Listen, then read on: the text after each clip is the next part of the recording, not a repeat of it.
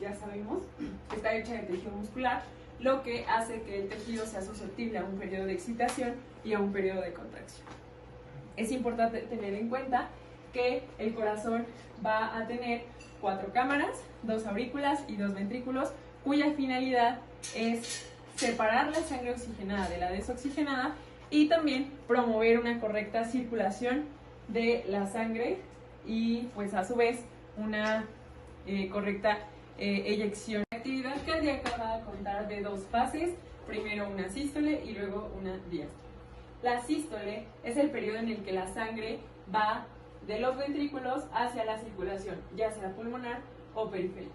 Y la diástole es el periodo que aprovechan los ventrículos para llenarse de esta sangre. ¿Cómo late el corazón?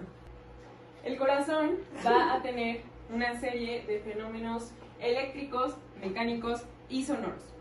Es importante recordar que siempre un evento eléctrico precede al evento mecánico. Esto quiere decir que para que exista una contracción debe haber un estímulo eléctrico. ¿Qué onda con el fenómeno eléctrico? Siempre que hablamos de un fenómeno eléctrico, hablamos de un potencial de acción. Sin embargo, este potencial de acción es distinto. ¿Cómo hace el corazón para ser capaz de realizar todas sus funciones sin necesitar de nadie? El corazón es la mamá luchona del cuerpo. Esto quiere decir que es muy independiente, no necesita a nadie para poder vivir. Ok, va a tener características muy definidas como es el cronotropismo, que es la capacidad de generar sus propios estímulos, el dromotropismo, que es la capacidad de difundir o conducir estos estímulos, el lusitropismo, que es la capacidad de relajación, y el inotropismo, que es la fuerza con la que el corazón se contrae. Como habíamos mencionado antes, el cronotropismo es la capacidad intrínseca del corazón de generar sus propios estímulos a un ritmo constante. Esto quiere decir que tiene que haber un origen para este estímulo. Hablar del nodo sinoauricular es muy particular debido a que este nodo tiene un potencial de acción distinto al que vimos previamente, que es un potencial de acción cardíaco. Este nodo va a carecer de un potencial de membrana en reposo. Esto nos va a garantizar que exista continuamente una dinámica en el intercambio de iones que va a garantizar que exista a su vez una despolarización y una repolarización que va a promover la contracción cardíaca. Entonces, el nodo sinoauricular va a tener 3 principales fases.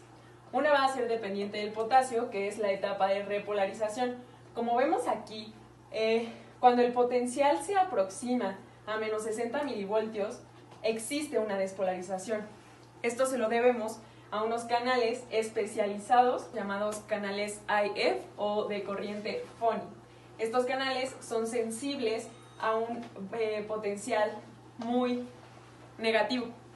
Esto quiere decir que cuando el potencial de acción se esté acercando a menos 60 milivoltios aproximadamente, vamos a tener la apertura de estos canales. Estos canales son de sodio y potasio, pero principalmente de sodio. Entonces, una vez que se abren estos canales, entra lentamente una corriente de sodio que va a despolarizar la membrana. Esta corriente va a ser una corriente lenta y espontánea.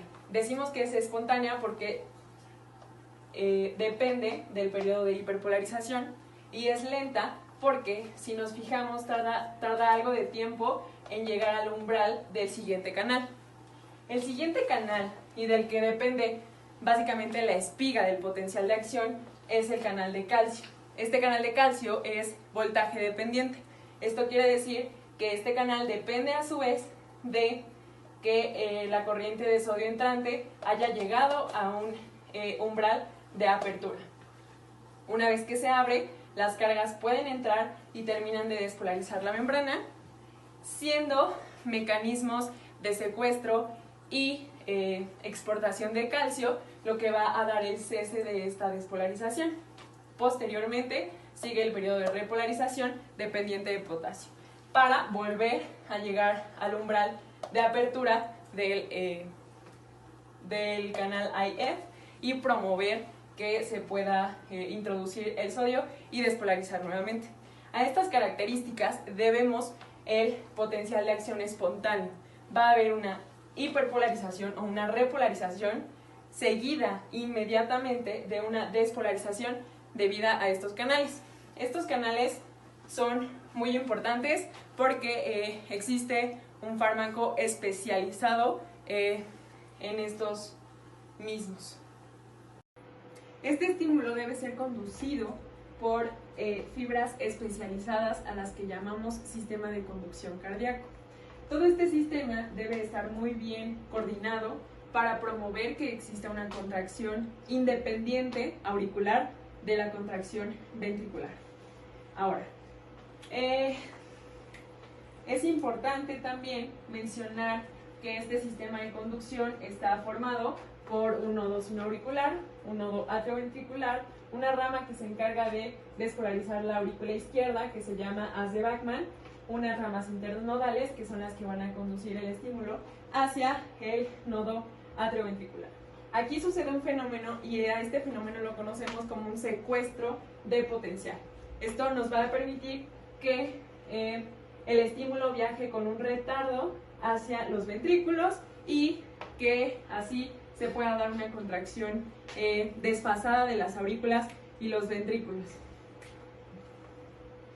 Ok, un corazón sano hay que tener muy en cuenta que va a estar gobernado o liderado por un ritmo sinusal. Esto quiere decir que el paciente va a tener una frecuencia cardíaca que va de los 60 a los 100 latidos por minuto. Cuando hablamos de los puentes cruzados del corazón, tenemos que hablar de un estímulo eléctrico que promueve la despolarización de la fibra miocárdica. Es muy fácil en este esquema identificar los pasos, que pues básicamente va a hacer que se propaga un potencial de acción.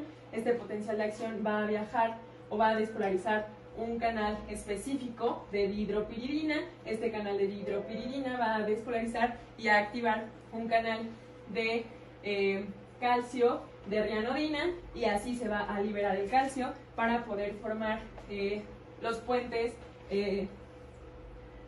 cruzados y el golpe de fuerza, que pues sería lo que buscamos.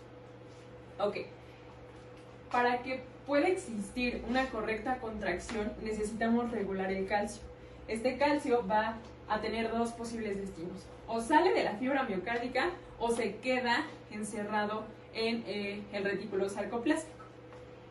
Es importante mencionar esto porque este destino del calcio hace que nosotros podamos modificar el comportamiento de este ion. Nosotros necesitamos que exista una mayor fuerza de contracción. Vamos a manipular el calcio que sale o entra a la célula. Ok, ¿existe una regulación cardíaca? La respuesta es sí. ¿Por qué existe una regulación cardíaca? Bueno, el corazón no puede estar todo el tiempo funcionando de una manera basal. ¿Por qué? Porque las circunstancias a las que nosotros nos enfrentamos no son siempre las mismas. Entonces nosotros dependemos de circunstancias externas para poder modificar el comportamiento del corazón. De esto se va a encargar el sistema nervioso autónomo mediante la codominancia del sistema nervioso simpático y sistema nervioso parasimpático. ¿Por qué es necesaria que exista una regulación pese a que el corazón es la mamá luchona del cuerpo? Bueno, pues no es lo mismo vivir en una zona donde todo es paz y amor a vivir en una zona donde existen los asaltos constantes. Por ejemplo, una persona que vive en Ecatepec debe ser experta en el tema y entonces va a tener un sistema nervioso simpático muy activo. Esto va a condicionar que exista una mayor frecuencia cardíaca, a lo que vamos a denominar cronotropismo positivo, y una mayor fuerza de contracción, a lo que llamamos inotropismo positivo. En cambio, una persona que vive muy feliz, campante y tranquila, pues va a tener una predominancia de la función basal, que está regulada por el sistema nervioso parasimpático y su receptor M3. Entre todas las alteraciones que pueden existir a nivel cardíaco, hay una en la que nos vamos a centrar en este momento, que es la insuficiencia cardíaca. La insuficiencia cardíaca es justamente la pérdida de la capacidad del corazón para contraerse de manera eficaz y eyectar el volumen sanguíneo necesario para todos los tejidos y los funcionamientos normales. Entonces, cuando tenemos una insuficiencia cardíaca, lo que realmente estaríamos teniendo es una deficiencia o un decremento del volumen circulante. Los sistemas especializados para el reflejo y control de este volumen se van a activar detectando justamente una disminución en el volumen, por lo que se van a activar mecanismos de retención de líquidos, como pues es el regulado por el sistema renina, angiotensina, aldosterona o la secreción de vasopresina. Entonces, lo que vamos a ver en una insuficiencia cardíaca a grandes rasgos es hipoperfusión, porque la sangre no está llegando en la cantidad que se necesita, y una congestión, lo que se refiere a la cantidad de volumen circulante que está aumentada severamente. Ok, ¿cuáles son las manifestaciones clínicas más destacables de una insuficiencia cardíaca? Pues tenemos una disminución a la tolerancia al ejercicio, una ortopnea y una ingurgitación yugular. Todo esto está causado pues justamente porque o hay edema pulmonar, lo que conlleva a una disnea y a una disminución a la resistencia al ejercicio, o podemos tener que el retorno venoso es tan grande y está tan aumentado que genera congestión en los vasos sanguíneos que están cercanos a la aurícula derecha. En este caso, pues estaríamos hablando de las venas cavas.